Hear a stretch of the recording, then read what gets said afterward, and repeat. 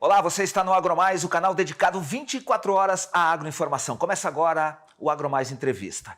E claro, você sabe, o Brasil cumpre papel importante na redução da insegurança alimentar. Investimentos nas propriedades fizeram com que a produtividade aumentasse substancialmente nos últimos anos e levasse o país à liderança na oferta de vários produtos: milho, soja, café e tantos outros.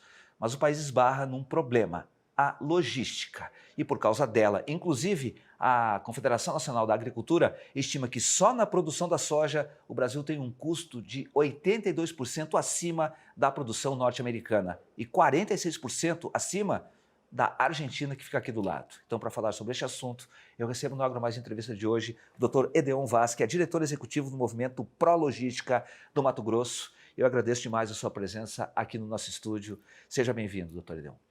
Muito obrigado. Então eu já vou começar com esses números que eu dei aqui agora. Eles são significativos, quer dizer, a gente tem um custo no que diz respeito ao impacto da logística na oferta do nosso produto interno de 82% acima. Ele praticamente nos torna, vamos dizer assim, inviável do ponto de vista da competitividade internacional. Nós temos uma diferença entre Brasil e Argentina e Brasil e Estados Unidos. A distância média entre a lavoura e o porto no Brasil é de 1.100 quilômetros, média. Mato Grosso dá mais de 2.000. A distância média da Argentina, da lavoura até o porto, é 300 quilômetros. Então ele pode usar a ferrovia, como ele pode usar a rodovia, não faz muita diferença. Uma vez que O trecho que ele tem até 500 quilômetros ninguém bate o caminhão, ninguém bate o rodoviário. No caso dos Estados Unidos, eles têm o Mississippi e eles têm uma malha ferroviária fantástica. No Mississippi, naquela região ali de St. Louis até o Golfo do México, ali são 1.500 quilômetros. O valor médio do frete deles é de 16 a 20 dólares por tonelada. O ferroviário, para 3.300 quilômetros, é 33 dólares. Então, assim, o custo interno deles é imbatível. Nós não vamos conseguir chegar lá. Nós podemos fazer é melhorar o que a gente tem. Qual o problema do Brasil? O problema do Brasil é que o nosso grande volume é escoado por caminhão. É escoado pelo modo rodoviário. sobre rodovia. Sobre rodovia. E é o mais caro que existe, né? É inadmissível em qualquer lugar do mundo que você coloque um caminhão com uma soja ou um milho por 2.000 quilômetros até chegar no porto em cima de um caminhão. O frete nosso não é que ele seja exageradamente caro, mas ele é muito mais caro do que em relação ao ferroviário e principalmente ao hidroviário. No Brasil, se você considerar base 100, vamos supor que o frete rodoviário é 100. O ferroviário deveria ser 70, mas em função de monopólios naturais que nós temos, isso aí vai para 95, pouco próximo do rodoviário, porque o concorrente dele é o rodoviário. E o nosso hidroviário é 35%. Então, se nós tivéssemos melhor aproveitamento das nossas hidrovias com melhor qualidade, com navegabilidade o ano inteiro, nós teríamos um transporte muito mais barato. Então, me chamou a atenção, você falou, eles têm o Mississippi, a gente tem o Araguaia, tem o Tocantins, tem o Tietê, e que a gente poderia usar essa multimodalidade de uma maneira melhor. Por que aqui no Brasil ou não se vê de forma estratégica ou não se faz os investimentos que precisam ser feitos? Bom, no caso do Brasil, nós utilizamos o Tietê-Paraná, que é um volume pequeno, em torno de 3 milhões de toneladas ano que trafega por ali. E é baixo por quê? É baixo porque existem outros modais que são mais rápidos. Mais dinâmicos. Né? Mais dinâmicos. Porque no transporte, na logística, você leva em consideração vários fatores, né? O custo, o transit time, quer dizer, o tempo que você leva para chegar do ponto A ao ponto B. Então, tudo isso faz encarecer o valor do frete, mas você põe na balança, eu vou ter uma semana para levar um produto do ponto A ao ponto B e aqui eu vou levar 2 dias. Então, às vezes, é mais vantajoso você usar os 2 dias, né? No caso da Tietê-Paraná, ela passa mais ou menos por isso. E a Tietê-Paraná, ela tem alguns problemas, que embora ela tenha várias reclusas, ela tem um pedral também lá, chamado Nova Vaiandava, um pedral em Nova Vaiandava, que está sendo derrocado agora, mas que impossibilitou, inclusive paralisou a navegação no rio Tietê-Paraná, né? Hoje já está sendo corrigido isso, acredito que mais uns 2 anos esteja 100% corrigido, e aí se possa elevar esse volume para 6 milhões, 8 milhões de toneladas de grãos, porque eles transportam outras coisas, transportam cana, transportam areia, transportam outros produtos. Quando a gente volta para o norte do país, aí nós temos o rio Tocantins, que o rio Araguaia não se navega, é só o rio Tocantins. O rio Tocantins, que ele é navegável da Foz, ou seja, lá próximo de Barcarena, até Marabá, no Pará. Ele é navegável esse trecho. Em águas altas, em águas baixas, falta o derrocamento do Pedral do Lourenço. Famoso Pedral do Lourenço, que também é uma obra que se arrasta há muitos anos. Hoje, eu conversando com a diretora do IBAMA, ela me afirmou que agora, início de abril, vai sair a licença de instalação. Então, esse ano, começa o derrocamento do Pedral do Lourenço. Mas o senhor falou 2 coisas que me chamaram a atenção aqui. O senhor disse, bom, a gente tem um problema lá no Tietê, que é o Pedral, que se localiza na... Ele se localiza no rio Tietê, Sim, mas qual no município localidade? de Nova Vaiandá. Nova Vaiandá. Bom, enfim. E a gente tem o Pedral no rio Tocantins, que também é um problema, mas que agora vai se fazer. Quer dizer, por que demora tanto? A pergunta geralmente é essa, quer dizer, por que não se enxerga de uma maneira tão estratégica ou não se destina o recurso necessário para que se faça de fato uma obra que vai ter impacto na atividade econômica, com benefício para toda a economia brasileira, para a balança comercial brasileira, com redução dos custos do produtor, com aumento, inclusive, da rentabilidade do produtor? Por que se diz, por exemplo, que no Brasil não se vê a obra estratégica? Por que se para tanto tempo, muitas vezes, para que as coisas aconteçam? O que precisa ser feito para que a legislação, de alguma maneira, também não atrapalhe dentro desse processo? Porque muitas vezes tem um embarreiramento da própria lei, né?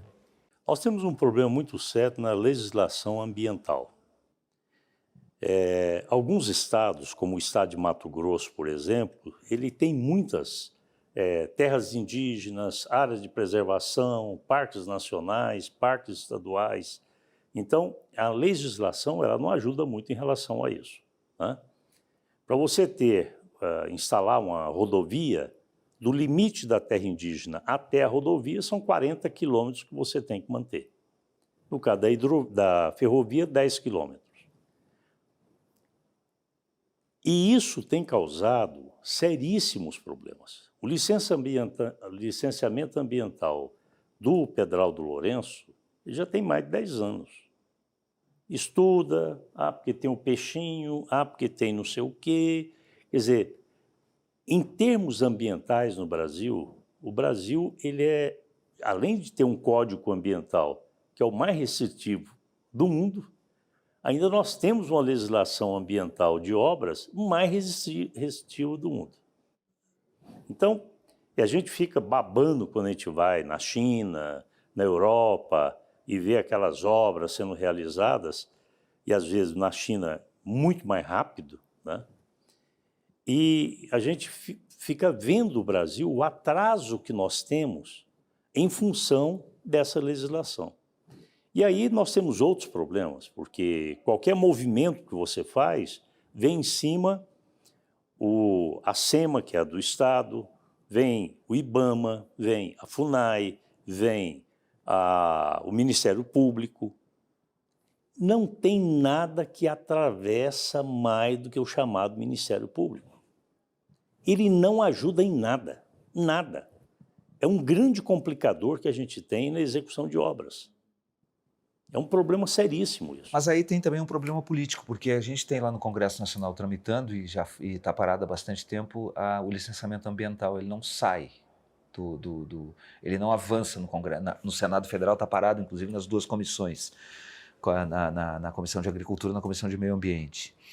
Também não se chega a um entendimento a respeito da necessidade de se criar um marco legal que, de certa maneira, favoreça o investimento. A gente já viu até o próprio presidente da República, o atual presidente, os anteriores também, fazendo críticas à questão do atraso que se tem sobre o licenciamento ambiental. A política também, de certa maneira, e a política nunca é um problema, ela sempre é uma solução, mas as visões estratégicas ou não estratégicas que se tem, de certa maneira, acabam atrapalhando o desenvolvimento das atividades econômicas. A gente está falando especificamente do setor agropecuário, né? A gente tem notado muito, a nível de Congresso Nacional, tanto Câmara como Senado, que os parlamentares são muito voltados para o seu umbigo. Ele é muito voltado para a sua região, onde ele tem voto. Ele não tem uma visão ou não quer ter uma visão de desenvolvimento regional e nacional. Ele quer desenvolver o município que ajuda ele, que elege ele, mas essa visão regional e nacional a gente não vê. Vê pouquíssimos parlamentares que têm essa visão. Então, esse caso está parado lá por falta dessa visão, por falta de ter uma discussão que resolva. Isso aí já poderia ter sido resolvido há muito tempo. Há muito tempo. A Câmara dos Deputados aprovou até com uma certa agilidade, foi aprovado, foi para o Senado, trancaram a pauta. É verdade, eu estava vendo alguns números aqui a respeito dessa questão da necessidade de investimento, mas a gente vai fazer um intervalo rapidinho, porque por enquanto a gente falou de multimodalidade, transporte de ferroviário e tal, mas a infraestrutura também exige portos melhor preparados, com grandes investimentos e outras questões que acabam impactando nos custos de produção, que a gente vai explorar do senhor daqui a pouquinho, pode ser? Pode ser. A gente vai para o intervalo e volta rapidinho, já já.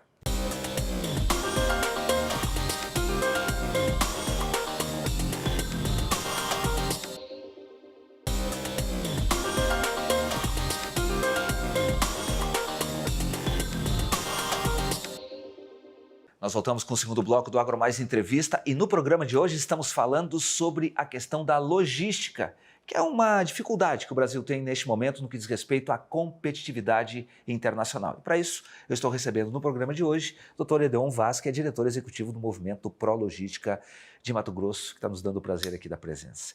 Dr. Edeon, no primeiro bloco a gente fez uma abordagem de maneira geral sobre a multimodalidade, o impacto que tem, digamos assim, a prioridade que se dá para o transporte, ou não que se dá, mas que se tem em relação ao transporte sobre rodas. A gente tem visto, por exemplo, que os investimentos, e a gente sabe que infraestrutura não é só escoamento no que diz respeito ao transporte, mas principalmente no que diz respeito à infraestrutura que se tem, por exemplo, nos próprios portos. Vimos agora que o Arco Norte, a oferta dos portos do Arco Norte do Brasil, facilitaram muito e reduziram muito os custos da produção no centro-oeste brasileiro. Esta talvez seja a grande prova de que você, de fato, encontrar mecanismos e alternativas para, dependendo de onde se pretende enviar o produto, ele pode significativamente reduzir os custos de transporte aqui no Brasil. De fato, a gente pode ainda melhorar muito no que diz respeito à questão da infraestrutura desses portos, e quando eu falo não só do Arco Norte, mas eu falo dos portos de maneira geral, porque o Porto de Santos ainda continua sendo a nossa grande porta de saída, né? Não, sem dúvida. Santos é e vai continuar sendo por algum tempo o principal porto brasileiro. Nós acreditamos que no médio prazo, portos como Barcarena, principalmente, deve passar a ser o maior porto de escoamento de grãos do Brasil. Até porque, quando você usa aquele paralelo 16, é uma linha imaginária que pega Ilhéus, Brasília, Cuiabá. Essa linha, ela define mais ou menos o que deve ir para o norte do que deve ir para o sul.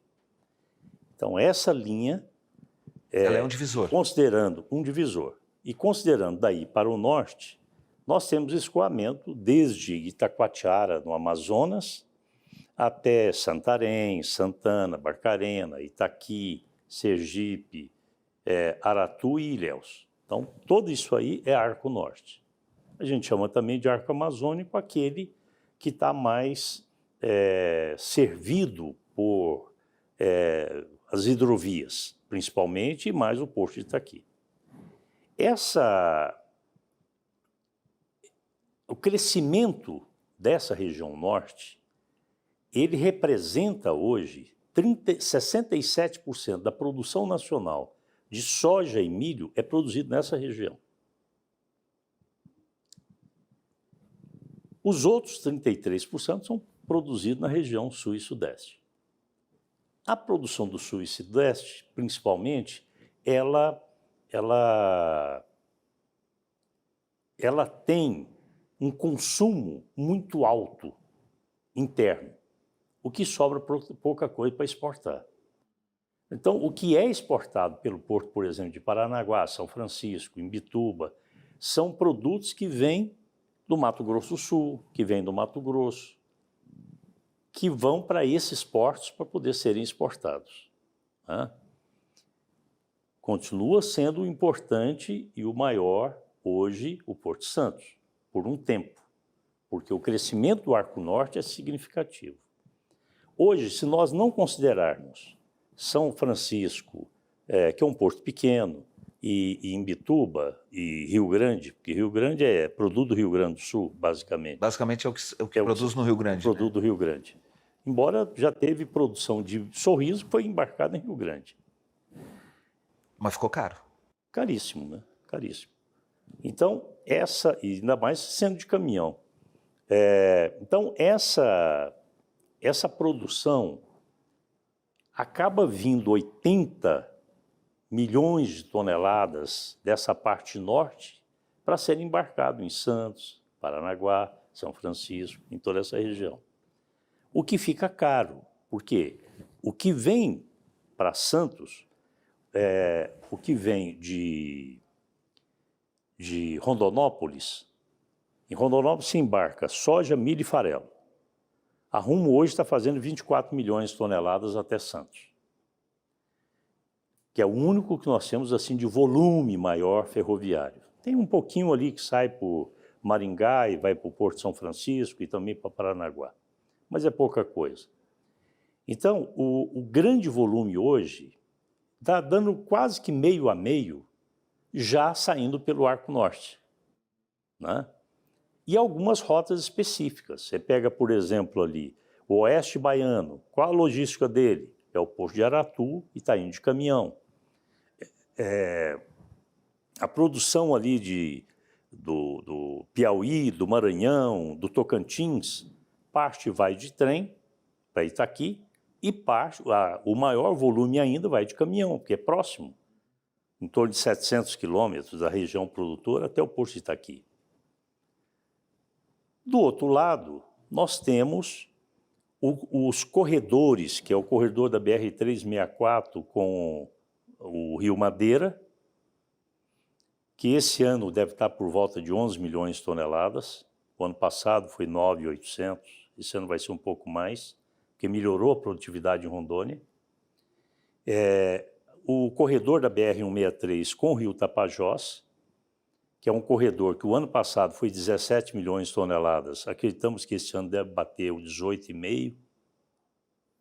E tem o corredor da BR-158, que ele sobe pela BR-158 até Redenção, de lá ele vai até Colinas e Palmeirante, no Tocantins, entra na Ferrovia Norte-Sul e sobe para Itaqui.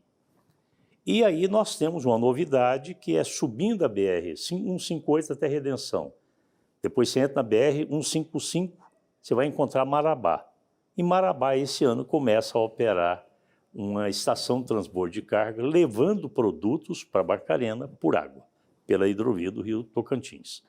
Então, a gente passa a ter 3 hidrovias grandes no norte, transportando produtos do agro.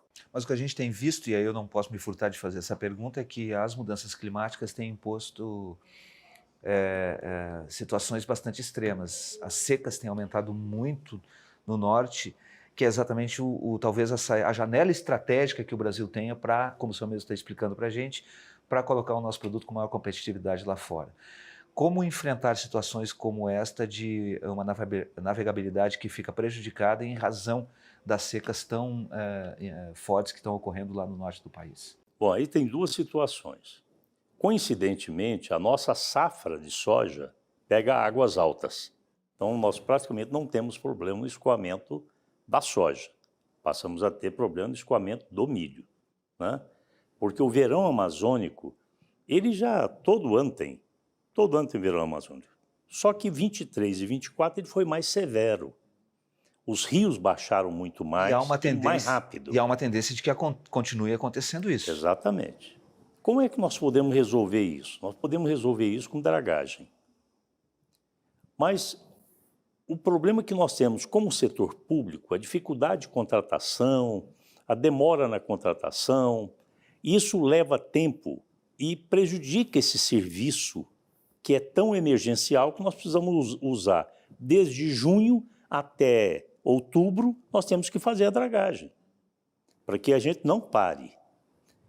A ANTAQ e o Ministério de Portos e Aeroportos criou as concessões dos serviços hidroviários. Tem duas concessões, são várias que vão ser feitas. Rio Paraguai, Lagoa Mirim, o Rio Madeira, o Rio Tapajós, a Barra Norte. Então, todos esses vão ser feitos ainda. Mas o que está no prelo, saindo, é a hidrovia do Paraguai. E, na sequência, estamos rogando que o setor político nos apoie para sair a do Madeira. Saindo a do Madeira, nós não teríamos esse problema já esse ano, mesmo que a gente tenha uma redução do volume de água em função do verão amazônico. Então, a solução ela é muito boa, o custo ficou muito baixo. Pra você ter uma ideia, se falava que a concessão no Madeira ia ser R$ 36 por tonelada, é 80 centavos por tonelada.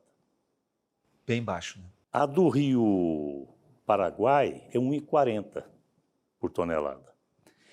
Isso no tramo sul, que é o tramo de Corumbá em direção à Foz do Rio Apa. Então, é só esse trecho. Nós não estamos falando do tramo norte, que é de Cáceres até Corumbá. Esse está só por conta da dragagem feita pelo DENIT, principalmente para a parte turística e para embarcações menores. Esse não entrou em concessão. Concessão é só de Corumbá até a Foz do Rio Apa. Tem uma diferença entre a concessão e a autorização. Há essa possibilidade. Por que a autorização ela não tem funcionado a contento aqui no Brasil, por exemplo? A autorização, a nível portuário, ela tem funcionado muito bem, muito bem. Você vai lá, adquire a área, não é dentro de um porto organizado, que se for dentro do porto organizado tem que fazer concessão. Mas eu comprei uma área fora do porto organizado, portanto, eu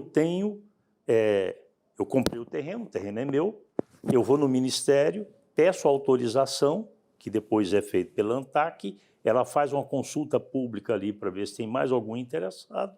Se não tem, estou autorizado e vou implantar o meu porto, ou a minha estação de transbordo de carga. Então, a autorização na área portuária funciona muito bem. Na área ferroviária é que não funciona tão bem, né?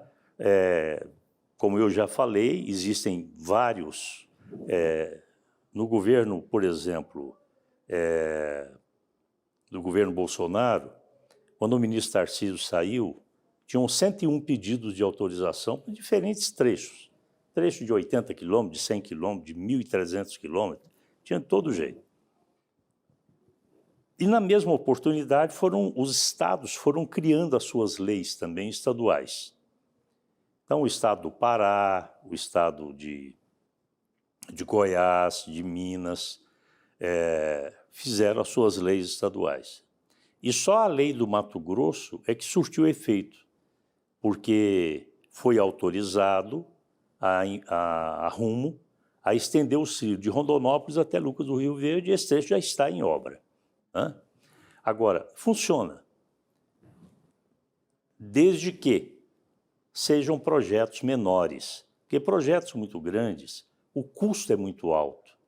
o CAPEX é muito alto, o investimento é muito alto. E às Esse é o vezes mal problema. projetado pode dar em dificuldades, né? E a Com obra certeza. fica inacabada. Com Estava certeza. vendo os números aqui, são 200 e...